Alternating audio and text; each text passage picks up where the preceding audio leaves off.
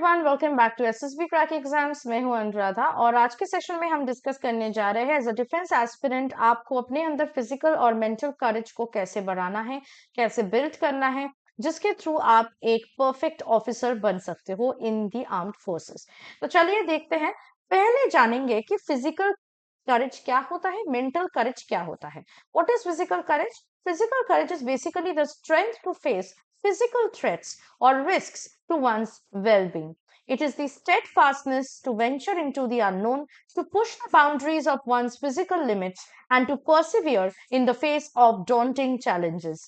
ये जो करेज है ये ऑफन एसोसिएट किया जाता है डिफरेंट प्रोफेशंस के साथ, like of course the military services, the emergency services and extreme sports, जहां इंडिविजुअल्स अपने लाइफ को रिस्क पे रख के ग्रेटर गुड के लिए, बाकी लोगों के वेलफेयर के लिए सोचते हैं और प्रिपेयर करते हैं।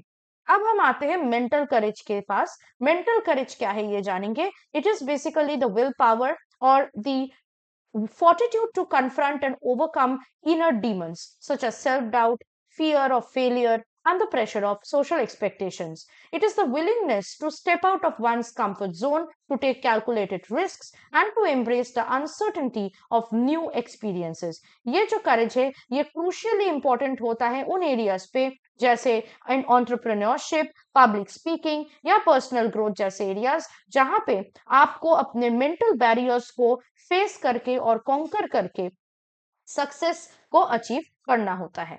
Now that we know about what is physical courage and what is mental courage, we will now look into what is the necessity, what is the requirement of physical and mental courage in the armed forces. इनका जरूरत क्या होता है, ठीक है, वो भी arm forces में क्या जरूरत होती है फिजिकल और मेंटल करेज की, इनको हम क्यों डेवलप करें। फर्स्ट ऑफ ऑल, एक लीडरशिप स्किल डेवलप होती है अगर आपके पास ये दोनों करेज है। करेजियस लीडर्स जो है अपने टीम्स को और ऑर्गेनाइजेशंस को एक नए हाइट में पहुंचाने के लिए अपने कमिटमेंट देते हैं, अपने डिसीजंस लेते हैं, और इन डिसीजन लेने में, कमिटमेंट लेने में उनको बहुत ज्यादा फिजिकल और मेंटल करेज की जरूरत होती है। तो एक अच्छे लीडर के पास ये दोनों स्किल्स ही, दोनों करेज ही रहना इंपॉर्टेंट है। सेकेंडली, जब आप आर्म फोर्सेस में हो, you have to face with life challenging situations, crisis, challenges, and as an officer, you have to persist, innovate, and find creative solutions rather than succumbing to the fear or giving up. Thirdly, जो officers होते हैं वो ये सोच के paralyse नहीं होते कि हम जहां जा रहे हैं वहां तो हमें कुछ भी नहीं पता, it is unknown, but instead they view it as an opportunity to explore, learn, and grow, expanding their horizons in the process. So, if you want to be a good officer, you have to have these two courage. Also, setbacks inevitable है, failure of course होता है सबके साथ, failures हम देख सकते हैं, लेकिन जिनके पास ये दोनों करेज होता है, both physical and mental courage, they can dust themselves off, learn from their mistakes, and emerge stronger, more resilient, and better prepared for future challenges. साथ ही साथ अगर आपके पास फिजिकल और मेंटल करेज है तो आप इंस्पिरेशन बन सकते हो अपने टीम मेंबर्स के लिए, अपने जूनियर्स के लिए, और आपको देख के उनके अंदर मोटिवेशन आ सकता है to push their own boundaries and reach their full potential. Now that you have understood what are the need of these two courage in the armed forces, it is now important how to build this courage now inside you. First of all, आपको अपने life में achievable goals set करना है। ऐसे unrealistic goal set नहीं करना जिसको आपको भी पता है आप अचीव नहीं कर पाओगे। So you have to set clear, measurable goals.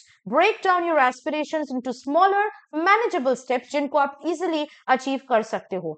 This will not only provide a sense of progress to you, but will also instill the confidence needed to tackle greater challenges. जो second चीज आपको करना है वो है discomfort को गले लगाना। जी हाँ, ग्रोथ जो है कंफर्ट जोन में कभी भी नहीं होता। ग्रोथ तब होता है जब आप अपने कंफर्ट जोन को छोड़ के उस जोन में आते हो जहां पे आपको पता है there will be a lot of difficulties. So deliberately try to seek out opportunities in your life that will challenge your physical or mental limits, whether like it's trying a new sport or public speaking or tackling a complex problem at work. Embrace the discomfort and use it as a catalyst for personal development. Third thing that you can do is practice mindfulness and meditation. ये चीजें बहुत important होती है आपको एक mental clarity लाने के लिए, जिससे आप ये दोनों टाइप के करेज जो है फिजिकल और मेंटल करेज को बिल्ड कर सकते हो। Regularly engage in mindfulness practices and meditation, it will help you to cultivate mental peace, mental stress free रहोगे आप। It will also help you to increase your self awareness, reduce stress and enhance focus. ये techniques के through आप अपने आप को empower कर सकते हैं to better manage your emotions and respond calmly even in the face of adversity. Then you have to surround yourself with inspiring role models. आप उन इंडिविजुअल्स को आइडेंटिफाइड कीजिए जो जिनके पास ये क्वालिटीज है, जिनके पास मेंटल करेज है, जिनके पास फिजिकल करेज है, जिसको देख के आपके अंदर भी इंस्पिरेशन आती है, आपके अंदर भी मोटिवेशन फील होता है। देख लीजिए उनके बिहेवियर्स को, ऑब्जर्व कीजिए उनके क्या बिहेवियर्स है, learn from their experiences, seek their guidance, surround yourself with these role models who can provide you the motivation and inspiration which will help you to need to push your own boundaries. Last but not the least is to develop a growth mindset. You have to adopt a mindset which will embrace challenge as opportunities for growth. आपके mindset ऐसा नहीं होना चाहिए कि ये threats है, ये dangers है, ये चैलेंजेस है, मुझे अवॉइड करना है। आपका माइंडसेट ऐसा होना चाहिए जो ये बोले आपसे जो okay there is a danger, okay there is a problem, but we will embrace it, we will take it as a challenge and we will use it as an opportunity for growth. अगर success मिल गया very good, अगर failure मिल रहा है तो भी कोई प्रॉब्लम नहीं है, हम सीख जाएंगे, we will learn from the experience and we will use the same lessons that we have learned for the best and the next opportunity. Reframe setbacks as learning experiences. Look at your failures as new stepping stones, new experiences which will help you to eventually lead to success. ये resilient outlook आपको अपने perseverance में बहुत ज्यादा help करेगा through difficult times and you will emerge stronger. So I hope that the session has been quite insightful for you, क्योंकि बहुत candidates ये पूछते हैं कि मैम mental और physical courage को कैसे develop करें।